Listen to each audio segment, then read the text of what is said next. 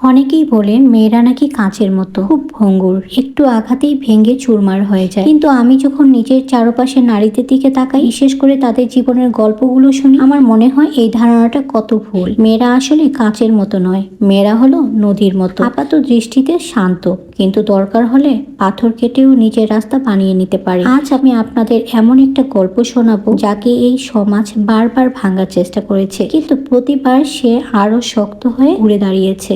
শহরের কোলাহল থেকে দূরে একটা ছোট্ট শান্ত গ্রামে বড় হওয়া এক মেয়েটা ছিল, খুব সাধারণ। নাম তার নীলু। আকাশ দেখার খুব শখ ছিল তার, স্বপ্ন ছিল অনেক বড় কিছু করার, নিজের পায়ে দাঁড়ানো। কিন্তু আমাদের সমাজ ব্যবস্থা যেমন হয়, মেয়ের স্বপ্ন মানেই হলো একটা ভালো পাত্রের সাথে বিয়ে হয়ে সুখে সংসার করা। নীলুর বাবা মাও তার ব্যতিক্রম ছিলেন না। নীলু সবেমাত্র কলেজে ভর্তি হয়েছে, তখনই তার জন্য বিয়ের প্রস্তাব আসতে শুরু করলো। প্রথম সে প্রতিবাদ করেছিল, কান্নাকাটি করেছিল, বলেছিল, বাবা আমি আরো পড়তে চাই, আমাকে একটু সময় দাও। কিন্তু বাবার এক কথা, মেয়ে মানুষের এত পরে কি হবে, ভালো ঘর বর পাওয়া কপাল লাগে, এই সুযোগ হাতছাড়া করা যাবে না। অবশেষে নিজের সব স্বপ্ন, সব ইচ্ছেগুলোকে একটা পুরনো ট্রাঙ্কের ভিতর তালাবদ্ধ করে বধূ সেজে অন্য একটা অচেনা ঘরে পা রাখলো। শুরু হলো তার নতুন জীবন। যে মেয়েটা বাপের বাড়িতে দুপুরের আগে ঘুম থেকে উঠতো না, আজ তার ভোর 5টায় ঘুম ভাঙে। ঘুম থেকে উঠেই শুরু হয় যন্ত্রের মতো কাজ, শাশুড়ির কড়া মেজাজ, ননদের টিপ্পনি আর স্বামীর উদাসীনতা, সবকিছু মুখ বুজে সহ্য করতে হতো তাকে। সকালের নাস্তা থেকে শুরু করে রাতে ডিনার পর্যন্ত সবার সব আবদার মেটাতে মেটাতে নীলু ভুলে গিয়েছিল যে তার নিজেরও একটা অস্তিত্ব আছে। মাঝে মধ্যে আয়নার সামনে দাঁড়ালে সে নিজের চোখের দিকে তাকাতে পারত না, সেখানে এক অদ্ভুত শূন্যতা আর ক্লান্তি ভর করে থাকতো। একদিন বিকেলে রান্নাঘরে কাজ করার সময় হঠাৎ করে তার মাথা ঘুরে উঠল, সে মেঝেতে পড়ে গেল।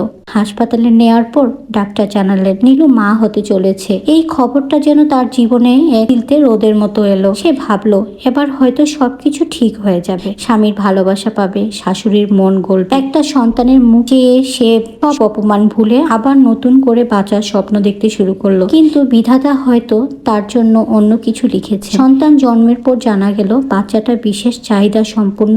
মুহূর্তের মধ্যে যেন পুরো বাড়িটা স্তব্ধ হয়ে গেল। যে মানুষগুলো এতদিন নীলুকে অবহেলা করত, তারা এবার সরাসরি তাকে দোষারোপ করতে শুরু করলো। শাশুড়ি বলতে লাগলেন, কেমন অপয়া মেয়ে এনেছি ঘরে, এমন বাচ্চা জন্ম দিল যার কোনো ভবিষ্যৎ নেই। এমনকি তার স্বামীও তার কাছ থেকে মুখ ফিরিয়ে নিল। কেউ সেই অবু শিশুটার কষ্ট বুঝলো না, সবাই ব্যস্ত হয়ে পড়লো তাদের সম্মান আর স্ট্যাটাস নিয়ে। সেদিন রাতে নীলু তার কোলের বাচ্চার দিকে তাকিয়ে অনেকক্ষণ কেঁদেছিল। তারপর হঠাৎ তার চোখের পানি শুকিয়ে গেল। একটা অদ্ভুত জেদ চেপে বসলো তার মাথায়। সে নিজেকে বলল, যে সমাজ আজ আমার বাচ্চাকে মেনে নিতে পারছে না, আমি সেই সমাজের বুক চিরে আমার বাচ্চার জন্য একটা জায়গা তৈরি করব। এটা শুধু জেদ ছিল না, এটা ছিল এক মায়ের হার না মানার সংকল্প। নীলু সিদ্ধান্ত নিল সে কাজ করবে। শ্বশুর বাড়ির কেউ যখন রাজি হলো না, তখন সে তার বাচ্চার চিকিৎসার খরচ চালানোর জন্য বাড়ি বাড়ি গিয়ে টিউশনি শুরু করলো। ভোরবেলা উঠে সবার রান্না শেষ করে বাচ্চাকে খাইয়ে তারপর বের হতো। সারাদিন হাড় ভাঙা খাটুনির পর যখন রাতে বাড়ি ফিরতো, দেখতো সবার কটু কথা তার জন্য অপেক্ষা করছে। স্বামী বলতো, বাইরে ঘুরে বেড়াও, সংসারের দিকে নজর নেই। কিন্তু নীলু আর আগের মতো চুপ করে থাকতো না। সে শিখে গিয়েছিল কিভাবে নিজের অধিকারের জন্য কথা বলতে হয়। সে তার বাচ্চার জন্য বিশেষ স্কুল খুঁজে বের করলো, নিজের সব সঞ্চয় দিয়ে তার থেরাপির ব্যবস্থা করলো। দিনের পর দিন, মাসের পর মাস এই সংগ্রাম চললো। গ্রামের মানুষ পিঠ পিছে অনেক কথা বলতো, স্বামী থাকতে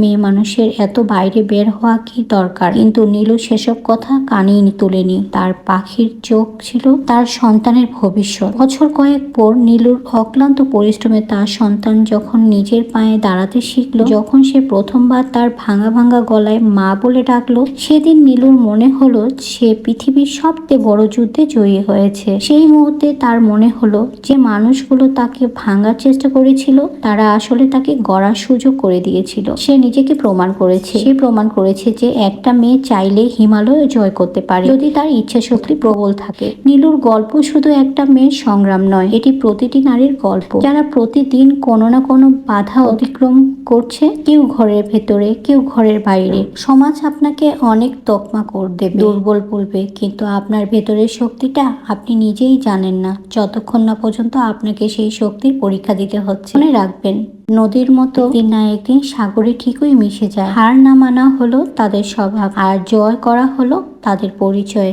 নিজের স্বপ্নকে বাঁচিয়ে রাখুন, নিজের সম্মান বিসর্জন দেবেন না। আপনি যদি নিজেকে ভালোবাসতে পারেন তবেই পৃথিবী আপনাকে ভালোবাসবে। গল্পটা আপনাদের কেমন লাগলো অবশ্যই জানাবেন। এই সংগ্রামের গল্প যদি একজনের মনেও সাহস জোগায় তবে আমার পরিশ্রম সার্থক। আজ পবিত্র ঈদ উল ফিতর। আপনাদের সবার জীবন আনন্দ আর শান্তিতে ভরে উঠুক, পরিবারের সাথে খুব সুন্দর সময় কাটুক আপনাদের। সবাইকে জানাই পবিত্র ঈদ মোবারক। আজ এখানেই শেষ করছি। সবাই ভালো থাকবেন। আসসালামু আলাইকুম।